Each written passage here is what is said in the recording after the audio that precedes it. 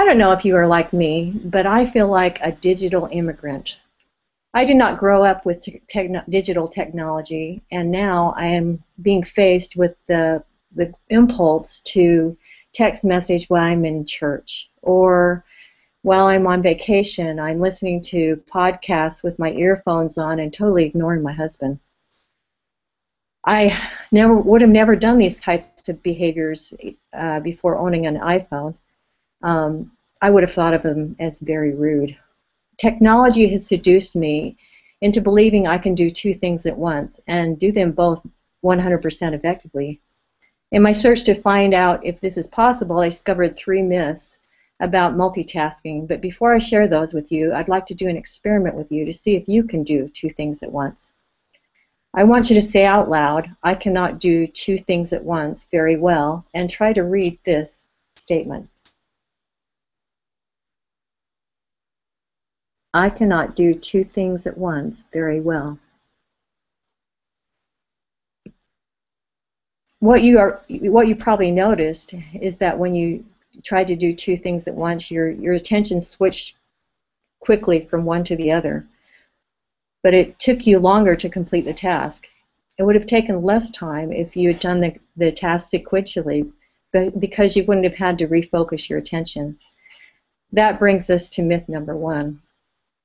Multitasking saves time. You are probably thinking about all the tasks you can do without thinking, like walking the dog and talking on the phones.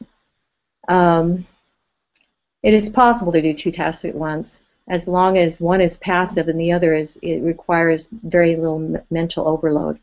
As soon as one task requires more attention, like the dog getting away,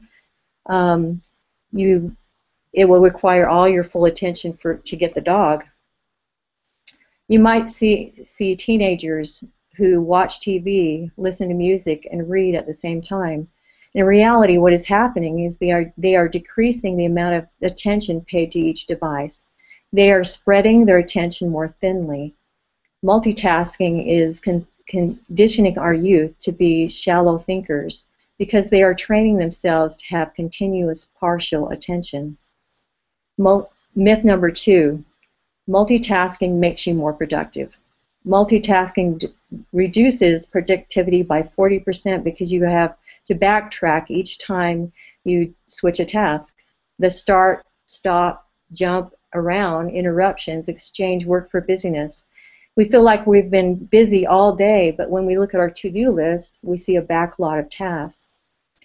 The backtracking increases the amount of time it takes to complete a task and increases the chances of getting distracted, because each time you switch tasks, you increase the risk of losing your train of thought. Therefore, multitasking should really be referred to as task switching.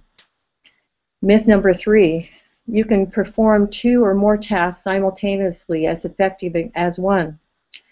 Computers can perform multiple tasks at the same time, but humans try to multitask. It is an illusion. Neuroscientist Earl Miller said, "The brain is very good at deluding itself." We frequently overestimate our abilities to handle multiple tasks, and it can lead to dangerous behaviors. We can switch our attention from task to task very rapidly, but we cannot rely on things to remain constant. Miscalculations can happen, and multiple breakdowns occur. In conclusion, the brain cannot multitask and give 100%. Multitasking does not save time, it is not more productive, and our brains do not have the capability to simultaneously perform 2 tasks at once and do them effectively. Those who are digital learners,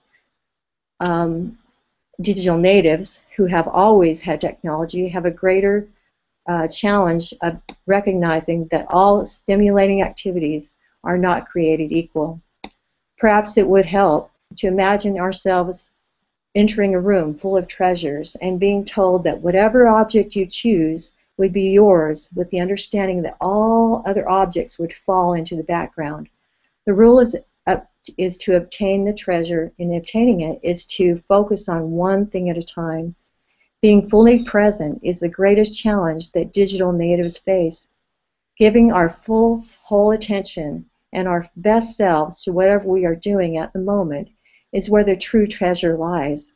Being fully present makes it possible to write every observation down that you experience because you notice everything about the moment. That is what being truly present means, and that is experiencing true joy.